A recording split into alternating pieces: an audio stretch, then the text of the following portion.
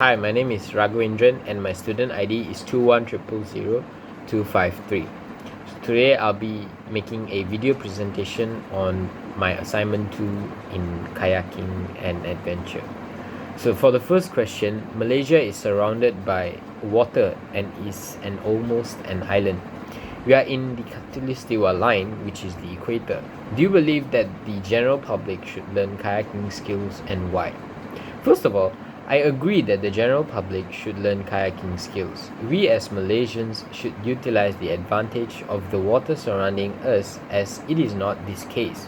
In many landlocked countries such as Pakistan, Mongolia, and most European countries, kayaking will also contribute to the diversification of skills one possesses, which will help us in the long-term future. Case in point, there are many health benefits related to kayaking. This includes improved cardiovascular fitness and increased muscle strength, particularly in the back, arms, shoulders, and chest from moving the paddle.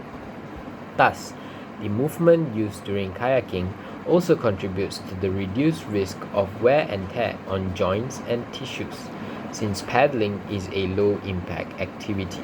Lastly, kayaking teaches us how to adapt to different situations, as kayaking involves us in different types of water conditions such as upstream and downstream or even waterfall situations.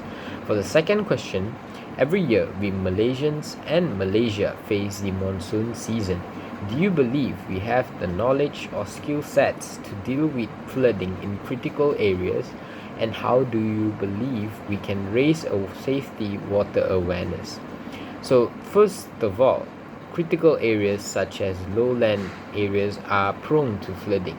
At the moment, it is pretty evident that Malaysia lacks proper knowledge or planning to combat flooding, especially in our major cities around Malaysia. Flooding is, of course, a common phenomenon in Malaysia, like I said.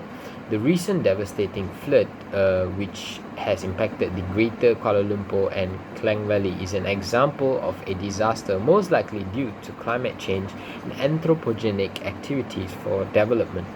Apart from the tragic loss of lives, the property damage arising from floods is indeed a serious threat to the nation's green development agenda.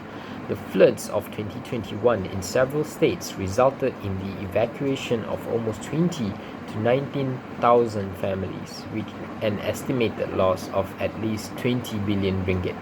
Due to poor sewage system and prevalence of littering, news of flooding and disrupt in livelihoods have become a common sight every year now. However, there is an uprise into raising awareness in combating flooding during monsoon seasons, particularly on social media platforms such as Facebook and Instagram. A pretty solid way of raising water awareness in our society is to educate the younger generation on survival skills when dealing with dangerous water conditions. Next, campaigns where kayaking lessons are provided is also a pretty good move in educating people on water safety awareness. The public should also know how to read, follow, and understand signage around water, especially in deep and river places. Hence, this helps them to assess the environment where their activities are being planned or to be set up. It is understood there are dangers around the home also, like pools or buckets full of liquid. Therefore, the public should always keep the pool gate shut and empty buckets whenever it is not in use. For the third question, throwback for water rescue. Do you believe it is important for the general public and families to have one set at home or in the car? Definitely. It is common for flash floods to happen in Malaysia following the recent trends over the years.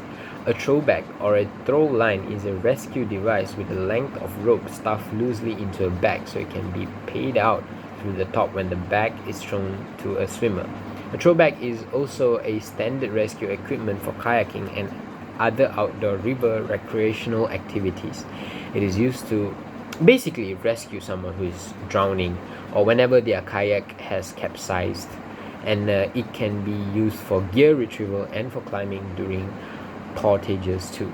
In other words, It is definitely an important advice for trained emergency response personnel to reach victims during still water and swift water rescues. It is used as messenger lines to deploy larger bags and anchors to secure boats. Therefore, seeing so many functions of the throwbacks, it is evident that families or even anyone can actually purchase a throwback and keep in need of any emergency, since flooding happens unknowingly and unpredictably in Malaysia. And it can be also used to assist emergency personnel whenever there is an imminent emergency present at the compound that you are in. So that is all for my assignment video. Thank you so much. Hope to see you again.